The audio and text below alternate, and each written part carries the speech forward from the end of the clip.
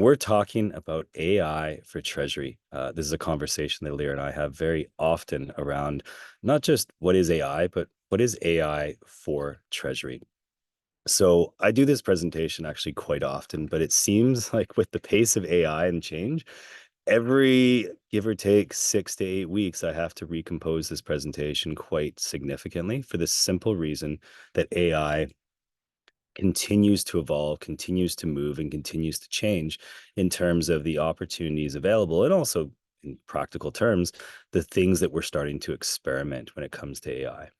So, for today's presentation, what I really want to go through is talk about the very first thing that's important. What are the ingredients for AI? You can see on number one, there is no AI without APIs. And I like to say quite often that there is no AI strategy without a data strategy. And so, we're going to talk a little bit about some of the ingredients that make AI practical and opportune, and what you need as a foundation of data in order to build out an AI platform. Number two, talk a little bit about what AI is today and also what it looks like tomorrow. And I'll decompose some of the different types of AI that exist today.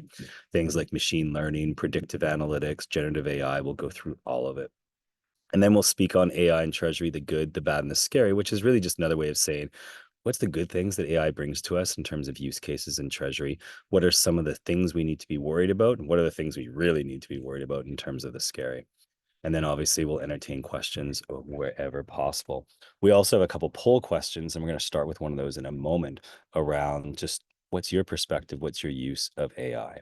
So with that, let's kind of begin. But I think before I even get into this, I actually do want to poll the audience if that's a question, if that's something that we can queue up. And our first poll question around just what is your level of AI usage today? This one is a single choice. You have to choose one of these. And playfully, it could be the very last one. What's AI? So do you use AI extensively? Do you use a little bit? You want to use it, but you haven't quite gotten there yet. No plans at all for AI yet? Or what the heck is AI? What are we talking about here? So I would imagine I can't vote on it, but if I did, I would guess that most people are somewhere around the middle. Not trying to lead the audience, but that's kind of what I expect. It's mostly what we see in Treasury. In many cases, because what you see is that you have CFOs that are saying, we need to use AI, and Treasury is saying, great, how, with what? What are we allowed to do? Are we allowed to use Chat GPT? These are very normal questions. So maybe we'll get a sense of what do the answers look like. Yeah, it looks like 53% want to use AI but have not started yet. Yep. 25% use some AI, and then 16% have no plans for AI just yet. So a lot want Sounds to use about AI right. but haven't started. Yeah, and that's Matt, that's what we normally see. So that helps me understand where you're all coming from and allows us to make sure that I'm talking to where you're at today. And most of you are interested, but haven't quite figured out exactly what can I actually do right now. So, first things first, I want to talk about the three A's: APIs, AI, and then analytics. The reason why I presented it in this way is because AI has a foundation. It also has an opportunity to really, I guess, be presented in a useful manner. So, when I say it that way, APIs, you've probably seen this statement before, and most of you probably live this one way or another. APIs are a critical connector, not the only way to connect data. They're not the only way to connect to a bank, not the only way to connect between your ERP and your treasury systems, or your ERP and your bank, but it's certainly one way that allows for two different things. It allows for more of a real-time experience in terms of data, which not just the initial connection or upload or download of information, but that continual refreshment of information so that you can know that you're always up to date when you're looking to analyze, train, be able to bring in, perspectives for, say, reconciliation. You know that you always have the latest and greatest. So that's part advantage number one. Advantage number two around APIs is that they actually make connectivity a heck of a lot easier than other ways, which means that we typically end up seeing more interfaces, more integration, and as a result, more data brought in to things like cash forecasting or payment fraud detection, things that are great use cases for AI, but need a lot of data to be trained so it can actually provide you some useful insight. So when I say things like there is no AI strategy without a data strategy, APIs are the capability that allows you to have data not just in real time and available and always updated, but it also makes it easier to get at data sets that may not have been brought in to the Treasury systems or to the Treasury modules of ERPs. So that's kind of part one. Analytics, which I won't spend a lot of time on today, analytics is really just the way to present insights. It's a simple and easy way to say, here's what I'm seeing, and I can drop it into a PowerPoint. I can present it on its own as a dashboard. I can make it something live. But if you think of the CFO, finance teams, CEO, the board, depending on who's looking at information around, say, cash or payments or risk management strategies, that they're not going to log into your systems. They're not going to go log into your treasury system. They're not going to log into your ERP, but they might look at a very pretty dashboard in a BI tool like a Tableau or Click or Power BI. Analytics are those sorts of tools are really good at being able to bring in data, not manipulate it, but maybe present it and organize it in a way that allows you to really show off the insights driven from normal types of routines as well as artificial intelligence. So AI is great, but it provides data insights that are best captured using analytical tools. So that's why I surrounded AI with APIs and analytics, and I call them the three A's just to be simple. These are the key ingredients to actually maximize AI. Now, that said, and I'm not going to spend a lot of time on this slide for today, but APIs are a lot of different things. Keep in mind, though, when you're looking at APIs, it's not just the top right corner on this slide. It's not just bank connectivity. It's also connecting in apps that you might have or different systems internally or externally so that you have an overall picture of all the data that's mapped through your organization. Analytics, you can see here. And again, not going to spend a lot of time on it today. It's a slide you can look at afterwards if you want to decompose it a little bit further, but it's the opportunity to surround your projections, your predictive analytics with additional information to provide better insights. Now, that's not the fun stuff. You didn't come to learn about analytics and APIs. You came to learn about AI. So let's get into it and have a little bit of fun. If I look at a slide like this, there's a lot of different things to take away from it. I'm going to focus really on the two things in the middle, machine learning and generative AI. Now, that's not to say that what's on the left, rules-based automation, autonomous intelligence, don't matter, but there's two reasons why I'm not going to spend a lot of time on them today. Rules-based automation, candidly, it's not AI. I put it there because a lot of organizations utilize rules-based, RPA sometimes, or just automation within their treasury or their finance systems. And that's important to couple up with machine learning to provide predictive analytics. So when you hear this term predictive analytics, typically it's pattern-based information or recognition or identification of data. And I'll go through many examples and what I mean by those things, but let's just say identifying or predicting collections or predicting your cash forecast. Those are examples of pattern-based that utilize machine learning within the AI suite and couple that with data that comes from rules-based automation, like say decision trees as an example, and allow you to have better insight than what you had before. And I'll go through some of those use cases, but it's the combination of what's not AI and basic AI and machine learning that gives you this concept called predictive analytics. Now, that's very different than what you see in terms of generative AI. Generative AI, we all know it's Chat GPT, it's Dust, it's a lot of different tools out there, and they're growing and increasing in sophistication every day. What they do is allow us a conversation element to engage with either large or closed language models. Now, when most of you are familiar with ChatGPT, and many of you have probably played with it either in a business context or just for fun. You might plan your vacation using that, or you might use it in a treasury context to maybe rewrite, I don't know, investment policies as an example or other things. In Kyriba, just to give you an example, we use generative AI for things like writing emails. We use it for translation into different languages of content that we write. We use it to create legal documents and make sure that we're providing a comprehensive policies. Those are sorts of things that we use, I mean, as a technology vendor. So you can imagine that, and I'll go through a little bit more depth in this. There's a lot of different applications for Gen AI, just as I'm going to call it a chatbot or something that is able to provide context and answers. That said, the opportunity in Treasury is much more significant than just writing words and having conversations. And so we're really going to explore that because if we look at where the future of AI is, if we go to the far right that you see on here, like autonomous intelligence, continuous learning, that's going to be driven by generative AI. That is the absolute future where artificial intelligence is going. And when I say I recompose and redo and rewrite this presentation and present it different ways, it's because of the advancements in Gen AI. So we'll spend a little bit of time on that and what the possibilities are. But as you think of a continuum of artificial intelligence, rules-based kind of plays a role, even if it's not AI, because it allows you to combine with machine learning to provide very solid predictive analytics around things like cash forecasting, payment fraud, and other things.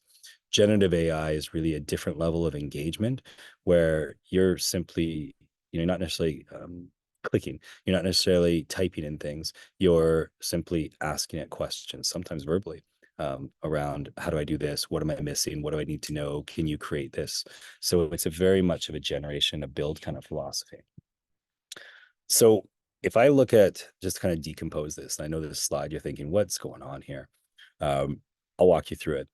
The key thing around machine learning, which is typically presented as embedded AI. When I say embedded AI, what I mean is that software vendors, let's say it's treasury systems, or let's say it's trading systems, or let's say it's ERP, they will embed these AI models using machine learning that they'll embed it completely within the software, meaning that there's nothing that you need to do or bring to the table. You either decide to use the feature or you don't.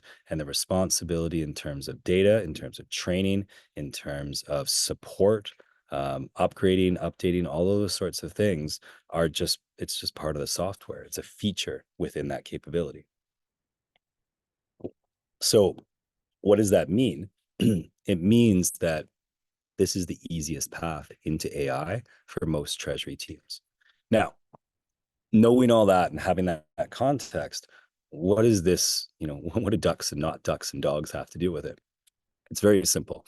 The way that machine learning works, pattern-based recognition, is that it relies on structured data to make predictions and recommendations. Now, when I say structured data, you can see this lovely example, excuse me, in using ducks and then rabbits on the left side of the screen. It's labeled data, it's structured information. So all you're teaching it is in a very simple circumstance. You're teaching it, this is what a duck looks like. You're not teaching it what a rabbit looks like. You're not teaching it what a dog looks like. You're teaching it, here's what a duck is. And so if you kind of take that, you've trained it on the characteristics of a duck. When it sees a duck, it says, that's a duck, even if it's a different kind of duck. When it sees a puppy, it doesn't know it's a puppy. It just knows it's not a duck. And so we can extrapolate that to a number of different use cases. Payment fraud is the perfect one. Most organizations don't have a sufficient amount of payment fraud to be able to train AI on what is a fraudulent payment. What they can do is the inverse.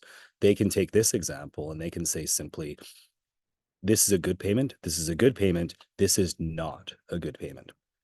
And that's how pattern-based recognition works. And so that's the key thing in understanding how AI is it's looking for patterns and it's looking for anomalies to those patterns. And you would imagine there's a tremendous amount of information that's required to make that work. And we'll get into that when we get to the use cases in the next section. But understanding this basic structure, this basic logic, this is how the most simple AI works in treasury systems. Now, generative AI, on the other hand, and forgive the graph, I had to kind of just pull one out from a demo that we did the other day. So, there's nothing this is all about Kyriba, but this particular screen actually is one of ours. What it does is we just simply asked it, you can see in the top right corner, show me the cash balance for whatever accounts that I had in my table, for a certain date, and build me a graph to do it. And that's what it did. That's how generative AI works, is that it's an element of conversational engagement and it's using some sort of language model. Now, generally speaking, if we think about a chat GPT, that's a large language model. It's trained on, the internet is its source of information.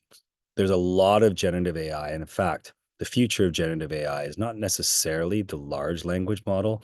It's more I don't want to call it the small language model, but we'll call it a closed language model. And I'll get into these things in a moment because I really want to decompose that a little bit so that we all understand in Treasury what we're talking about. When we talk about different language models, there's the entire internet or there's just your data. Your data would be an example of a closed language model. And that's where a lot of organizations find more comfort in thinking about or adopting Gen AI is to make sure you want it trained on only your data, not everyone else's. And you certainly want the insights or observations or conclusions only within your environment and not shared globally with the rest of the world. So that's where there's a lot of trepidation around Gen AI, which is very reasonable. But the reality is that we really want to make sure that you understand there's different ways to incorporate Gen AI into treasury and finance. And it's just understanding the right questions to ask and the right scenarios and the right data sets to be able to utilize. So where I'll leave it in here, and we'll go into obviously some more use case examples, is that you can either have this as a separate standalone, like when you use ChatGPT Enterprise, which is the version, the closed language version that OpenAI provides to organizations.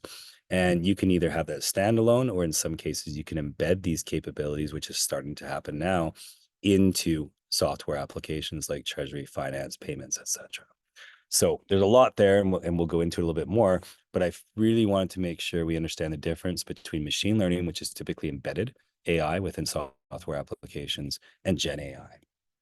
So let's talk specifically about Treasury, because that's all nice and hypothetical, but let's talk about what we care about, which is our own lives and how does this help us? Because going back to that poll question that we showed a few moments ago, most of you are very interested, but haven't quite got off the ground yet. And so we want to make sure that we cater to how can we make that an opportunity? How can we get you off the ground?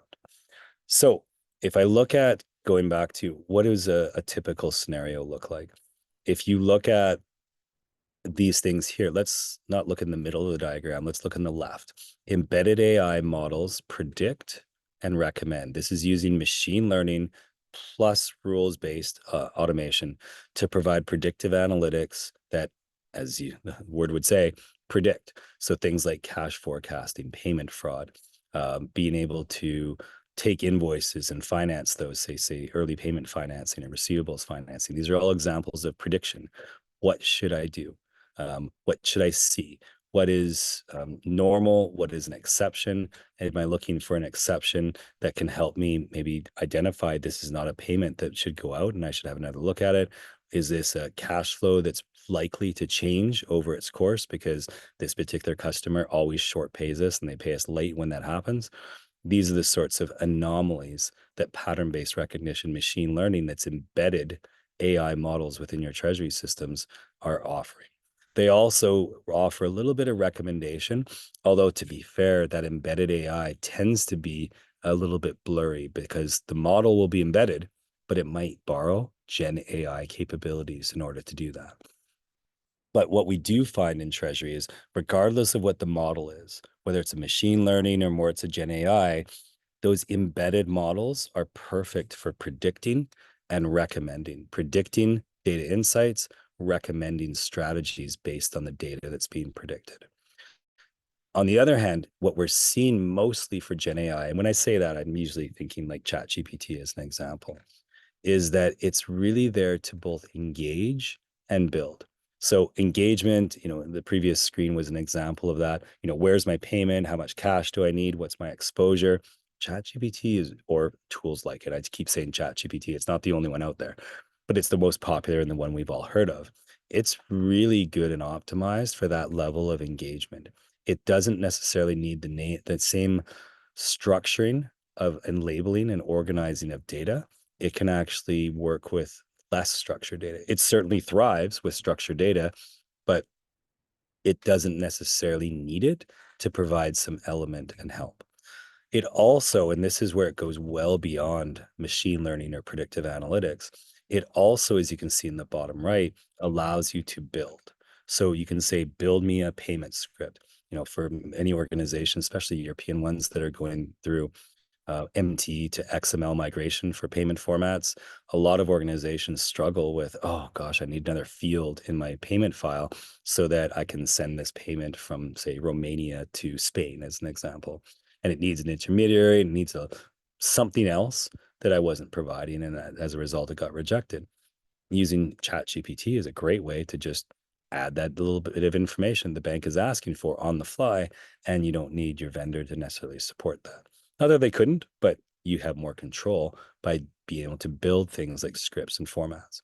If any of you have used tools in Excel like Copilot, in Microsoft Excel, or even in PowerPoint for that matter, but if you use Copilot in Excel, great at building charts and reports. You don't need to remember the formulas, the if VLOOKUP statements, the ones that we've, struggled for all of our professional lives to remember exactly how to do that the right way. The reality is that Copilot can just do it for you. So there's an element of engagement in terms of things like ChatGPT, like ask it a question, it gives you an answer. There's also this element of building and structuring and scripting and formats that really takes it to a new level of automation, and we'll call it assistant or concierge level capabilities. So all of that, and bringing you to the middle of the diagram, the reason why I put it this way is that if you remember where I started the whole presentation, we talked about connectivity, we talked about data, we talked about APIs. Connectivity through APIs is that foundation. When you have that, you get the data, and then you can bring in AI to treasury payments, risk management, working capital, whatever you want to be able to, what capabilities, what predictions, what recommendations, etc. The key to whether it's embedded AI or Gen AI continues to be data. You need data, you need APIs to get that data, you need APIs to refine that data, and that data is what trains these models. The models don't come out of the box. Like, you get a machine learning capability in your treasury system, say for cash forecasting. It doesn't work on day one because it doesn't have data. It needs to be trained on data. And that's why I keep saying that word, probably to annoyance, but that's why I keep saying that over and over again, is because data is the critical component. It's like fuel for your car, or electricity for your car, depending on what you're driving. It doesn't go. You might have a wonderful machine that can capable of driving wonderful speeds and cornering in great ways, but if it doesn't have fuel, it doesn't go anywhere. Data is the fuel. So let's look at some use cases, ones that I think are quite interesting. These are not the only ones, but these are the ones that, for those of you that answered, yeah, we're doing a little bit of AI, doing some of it, maybe not extensive, but some of it, probably what you're doing falls somewhere within these use cases right here. So things like reconciliation of, or even tagging bank transactions, which I'll touch on. Control in terms of payment fraud detection, that's huge for a lot of organizations, being able to bring in a little bit of AI and pattern recognition to determine good payment, not good payment. Reporting is one, especially through things like, as I said, Copilot and the GPT capabilities within Excel, really powerful for a lot of organizations that we're seeing. And then obviously forecasting. Who doesn't want to improve their cash forecast? And if AI can help, I don't know anyone that says, no, I'll pass on that one. So let's go through some of these use cases in a bit more detail. But before I do want to actually bring up our second polling question. I want to get a bit of an idea of some of the interests that you have. So as we ask this question, would you consider using AI for the following? You can check more than one, and that's okay. You can check all five. I'm not going to say no to that. But fraud detection, cash forecasting, investment decisions, which could be as simple as how much excess cash do I have? Do I put it in, let's say earnings credit, but offset my bank fees, and then figure out what's left over and what's the best thing to do with that? Do you want to talk to your treasury system? And that could be literally talk to it, like verbally talk to it, like Siri on your iPhone, or building new software programs. So I'm not going to lead the audience, I promise, Maddie, on this one, but I'll just simply say I have my suspicions about what the audience might consider, not necessarily doing today, but might consider using AI. So I think everyone's probably had a chance to click. What are we looking at in terms of responses? It looks like 90% are considering using AI for cash forecasting, 78% for fraud detection, and then 52% is the next for talking to your treasury system. All right, half the people are interested in talking to your treasury system. I love it. And the nice thing is, you could do that today if you wanted to. Um, I'll tell you how but before the presentation's out.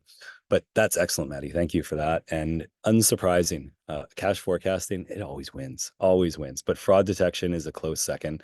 And I think that makes sense because these are easy to understand. They utilize tools that are at our disposal today. You can use AI for cash forecasting today. You can use it for fraud detection today. And as I said, which maybe half of you weren't totally aware of and maybe a little suspicious of, you can talk to your treasury system today if you want to as well. So all of those are things, and we'll decompose those a little bit. So first things first, I'm going to label each of these as the good, the bad, or the scary going forward.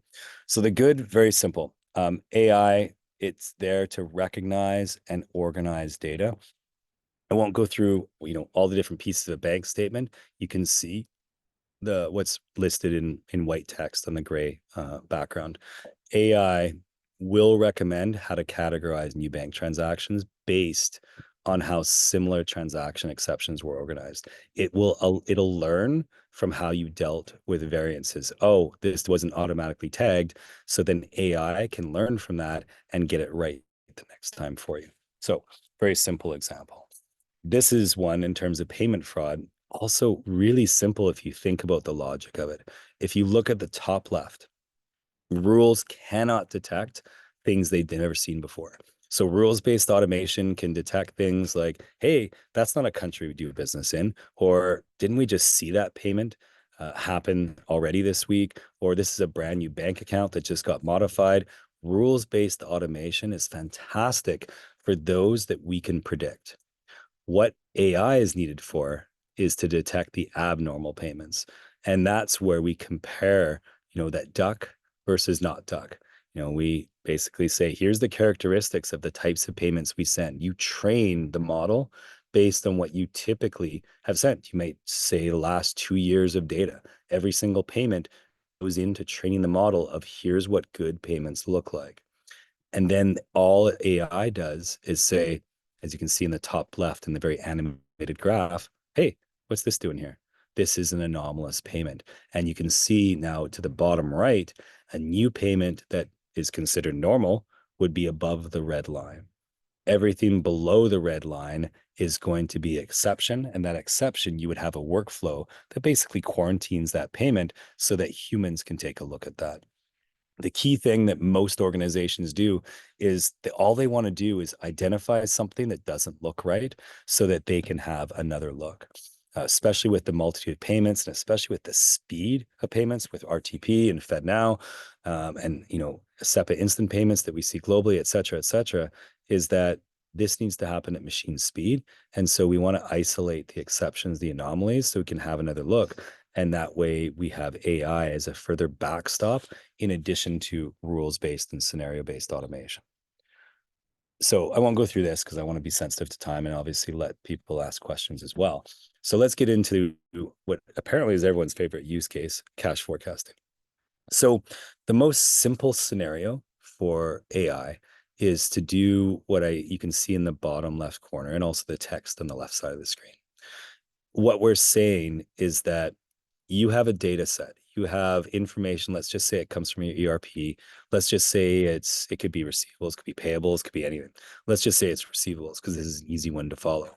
And you have an amount, you have a date, you have detail around invoice information. But let's just say it's the invoice date, the due date, and the amount that we care about the most. Looking at that, AI will give you a different due date and amount. It will look at those cash flows that historically have not been paid on time or have been short paid, as an example, and it will calculate the likelihood that that will happen again. Now, so what we mean by that is you have base information, you have a forecast, AI is there to make it better. And that's the key. That's the perfect use for machine learning in cash forecasting. The next stage, which is a little bit more complex, and that's where we start to embed Gen AI capabilities, is where we want to go beyond. Maybe we don't have a base forecast. Maybe it's an acquisition or divestiture. Maybe we're entering a new market where we don't have a history to train it to say, here's what happened last time. AI figure out if it's going to happen again. Maybe we don't have that. And if that's the case, that's where we start to use the capabilities of large language models, knowing that that data may still be a closed, subset within your organization only, but we start to draw information from other sources to create conclusions of what cash flows we might have by entering in Romania. I don't know why I'm picking on Romania today, but just for fun, when we've already do business in, say, the Czech Republic. So that's the sort of use cases where you look at the basics of forecasting. Will machine learning and embedded predictive analytics do a better job? Probably, but you can test that out, of course. The second part is that, can I use Gen AI to take that a step further? Yes, especially if you do not have structured data around previous forecasts to train the model. So that kind of looks at two different phases. Many of you might have questions to say, okay, tell me more about this, because obviously a large percentage of you said, yeah, I can definitely see using AI for forecasting. So I'm happy to entertain more questions on this. But the key thing is that cash forecasting represents an opportunity for today in terms of pattern-based, but also building into more extensive capabilities with less structured data and information to drive that forecast and drive the AI model. Uh, Not as many of you talked about this one, so I won't spend a lot of time on it, but this is also a wonderful use case for AI. There's a lot happening here. The simple scenario, without going into a lot of detail, is that AI can help you choose what's the best option for whether it's investing, whether it's borrowing. FX hedging is another wonderful example, especially when you have things like FX policies to balance and you're trying to decide what's the best investment or what's the best borrowing choice, what's the best say hedging decision. All of these are opportunities for AI to help.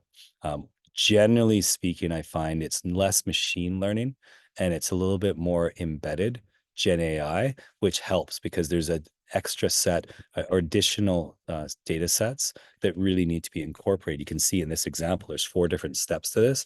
Gen AI is really well suited to this if it's embedded within your decision tree, within your investment, borrowing, or FX. Now, let's talk also another a good example. Let's talk a little bit more precisely about Gen AI and specifically ChatGPT. Most of you probably know this. ChatGPT is wonderful for generating procedures, documentation, rewriting your FX, your payment policy. Excellent, use case for that. But that's obvious, and I think we all know that. What maybe is less obvious is some of the building. So number 2, like writing programs and processes, that's really important. And I talked about, updating XML payment scripts as an example. That gets really complex and technical for most Treasury teams. They generally Treasury stays away from that and lets IT deal with it for good reason. But now you can democratize that a little bit and bring in ChatGPT to really help support or assist some of the knowledge and requirements that you need. So you can build scripts, you can build formats, you can build queries and charts and reports, using tools like Excel that you're familiar with.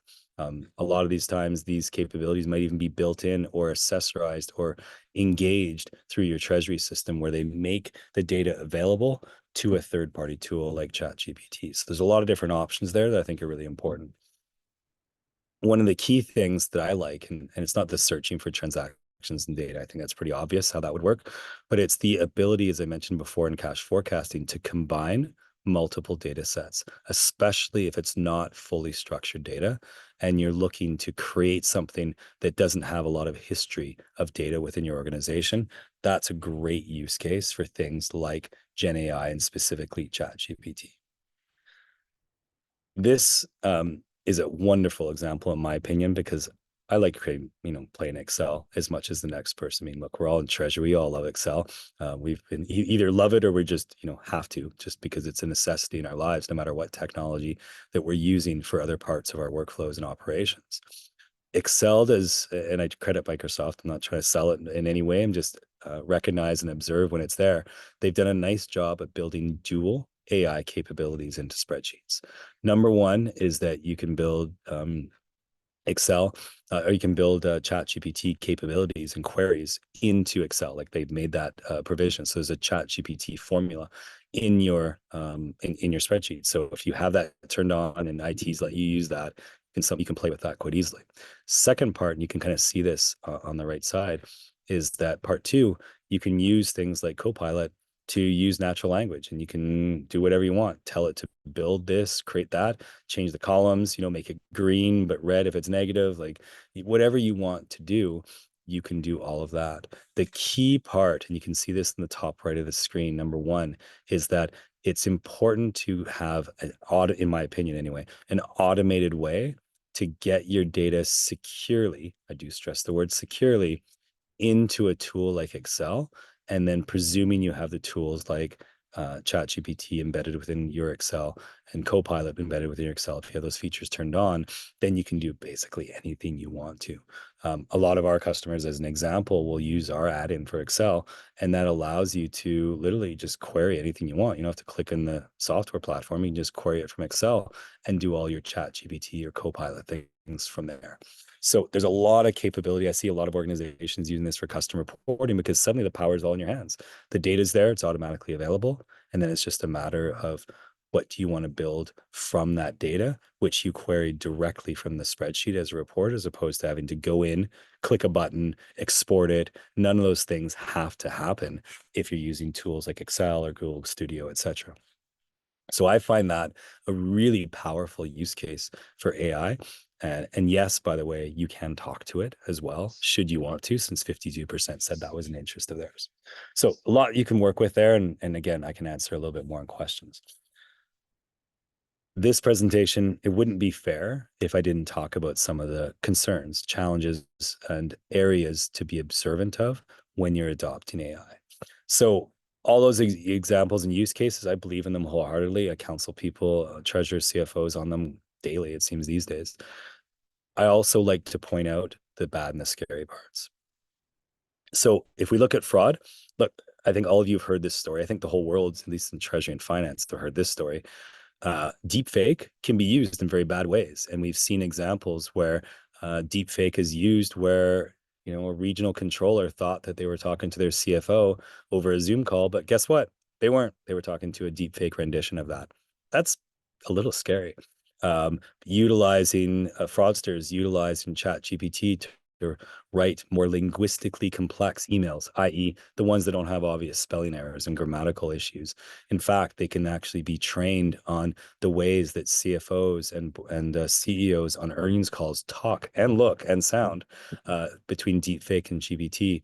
These create more difficult fraud schemes for us to spot and more um, challenges for us to overcome in terms of how do we make sure that this is actually a good process, a good payment? How do I make sure that my callback number to a vendor that changed their bank account instructions is actually going to that vendor and not going to a spoofed phone number that somehow they overtook the phone number of what I thought was the vendor I was calling? Like there's a lot of stuff there around fraud that is very, very concerning. One thing I always say is fight AI with AI. Utilize AI, be able to run your processes at machine speed yourself. That creates the opportunity to have a better defense, more resilience against some of these very sophisticated techniques and tools. Regulatory, I won't go through this too much, but for those of you that follow it in the EU, they just passed their AI Act. I think it was, I want to say it was last week. It was last week.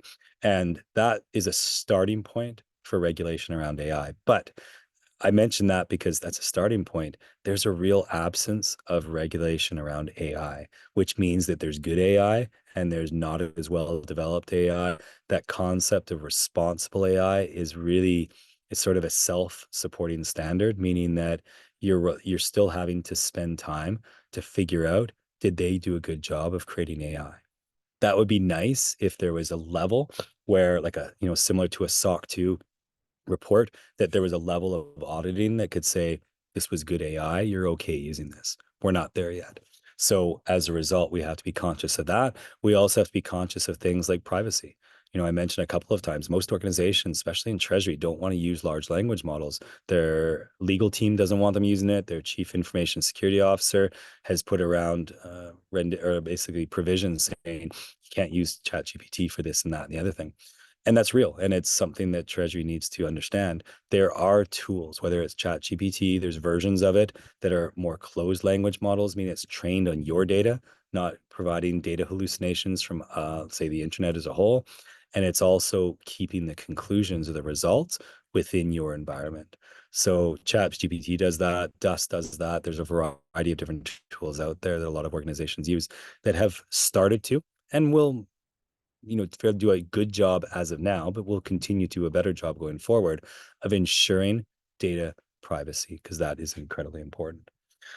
Last thing I want to say on this before I conclude and certainly open up to questions if people have them is the future is 100% Gen AI.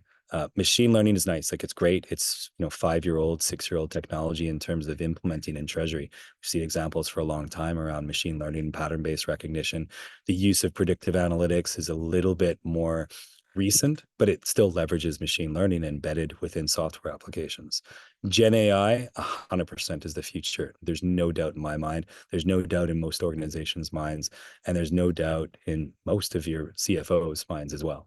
So if you think of what that future looks like, it's very simple, top to bottom, right here. Asking AI, you're going to be able to ask AI more complex questions than you can today. That's personally as well in your lives, but also professionally.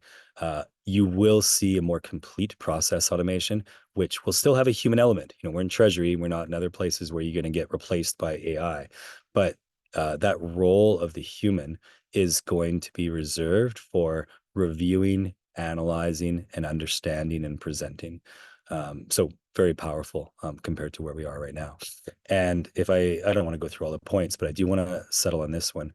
Right now, AI is a chatbot, especially Gen AI, like ChatGPT is a brilliant chatbot. Ask it something, it gives you an answer, and hopefully it's the right answer.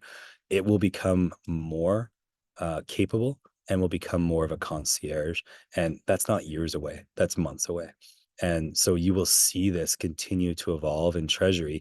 It, a co-pilot, assistant, whatever terminology you want to use, that is absolutely the future of Gen AI. It's not going to replace us in Treasury, but it will help us even more than it does today.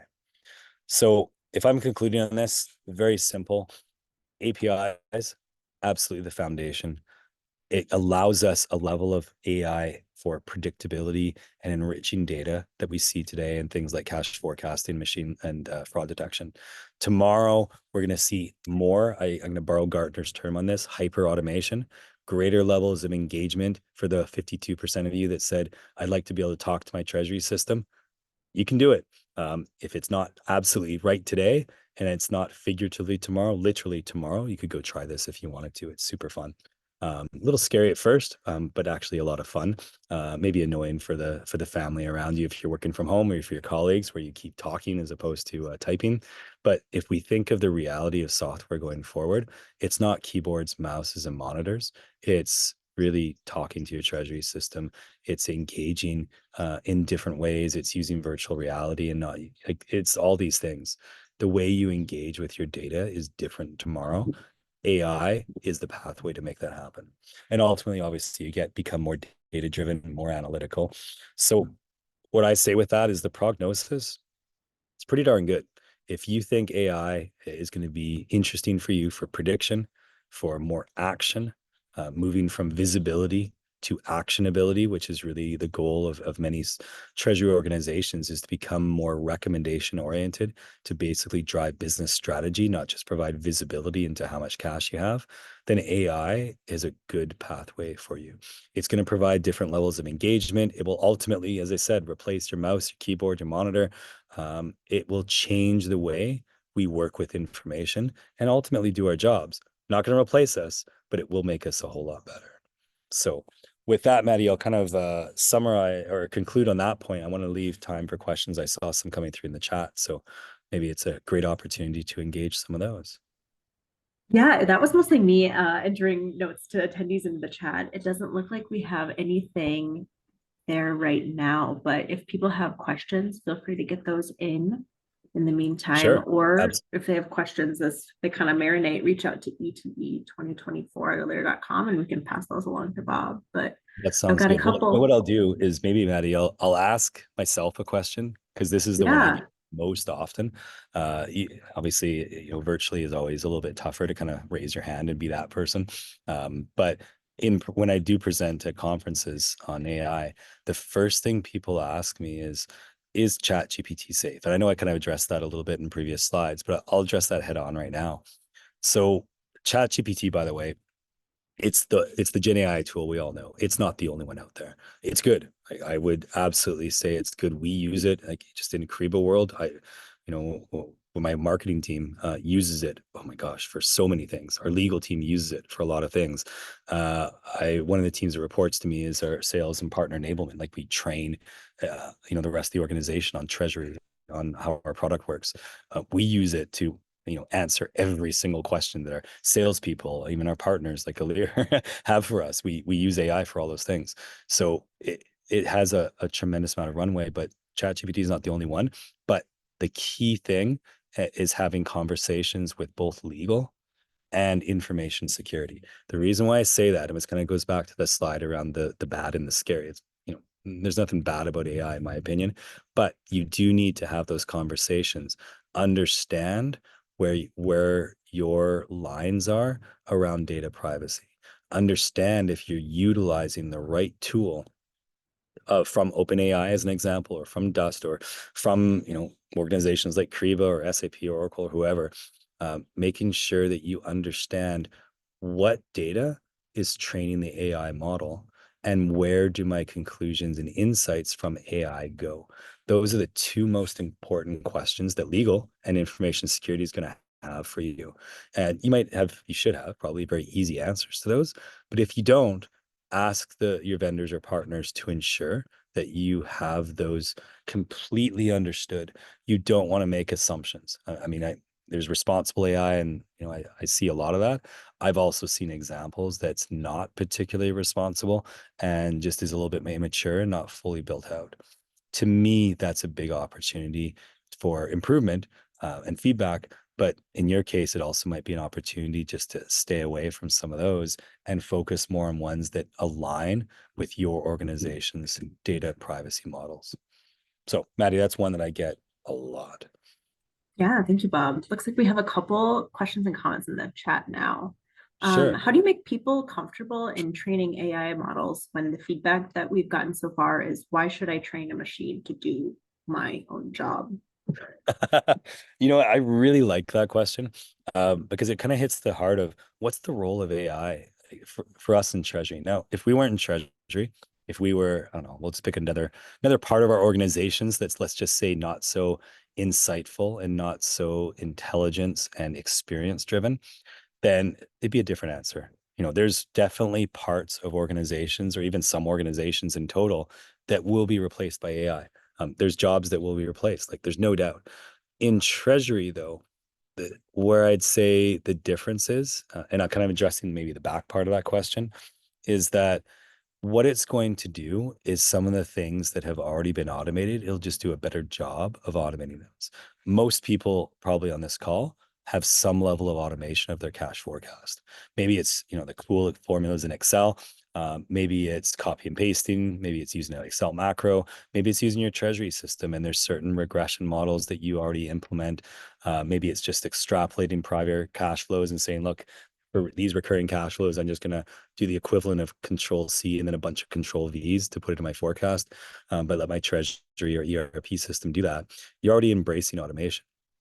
The key would be, can I get more accurate in terms of my predictions and my recommendations to make my job continue to be more impactful and more useful? And I say it that way, Maddie, because a lot of treasurers, and in fairness, I also speak with CFOs and finance teams as well, but I see this most often from treasurers is that they're saying the CFO is asking me to not just provide an answer around how much do we have. They're asking what happens if. It's really that evolution. I said it once before. from visibility to actionability. If you're in Treasury and all you're providing is visibility of information, that's the most insight you're able to deliver, there's an opportunity for more. And that doesn't make your job go away. It makes your job even more valuable. If AI can help you with the early parts of that analysis, then that actually makes you a more valuable addition to the organization. So when I get questions like, is it going to replace me? Or why would I want to do this? Or do I really want to invest the time? My opinion, yes, if you're looking for a more impactful role, opportunity, and obviously position at the organization within treasury and within finance, to me, it's an easy yes. But I think it's a great question. And in fairness, it's a debate. That's my opinion, based on what I'm seeing and hearing from financial executives as well. So hopefully that's useful, Maddie. We just have one positive comment too in the Q&A. You explained some super scary things in a very cool words. I loved this session, so that was great feedback to have as well. Well, good. I wish my two kids were hearing that I said cool words, because I don't know if they absolutely agree with that part, but thank you. But well, we can go ahead and wrap things up then. Thank you so much, Bob. And thank you all for joining this session. Our $5 Starbucks gift card winners are Nathaniel Probert, Kurt Santos, Lisa Maybe, Douglas Niebel, and Stacy Freeman. So I'll be reaching out by the end of the day today with those gift cards via email. Next up at 2:00 p.m., we have two sessions, Doing More with Less, Project Governance and Managed Services, as well as painless payments, navigating payment formats for pain-free integrations. And those links to join the next two sessions are available in the chat, as is the link to the CTP credit exam for this question or for this session. We want to thank Bob for presenting this session today. And as a reminder, please follow us on our YouTube channel, as well as engage with the hashtag E2E2024 on LinkedIn to be entered to win additional prizes that we will be giving away throughout the event. Again, thank you, Bob, and see you all in the next sessions.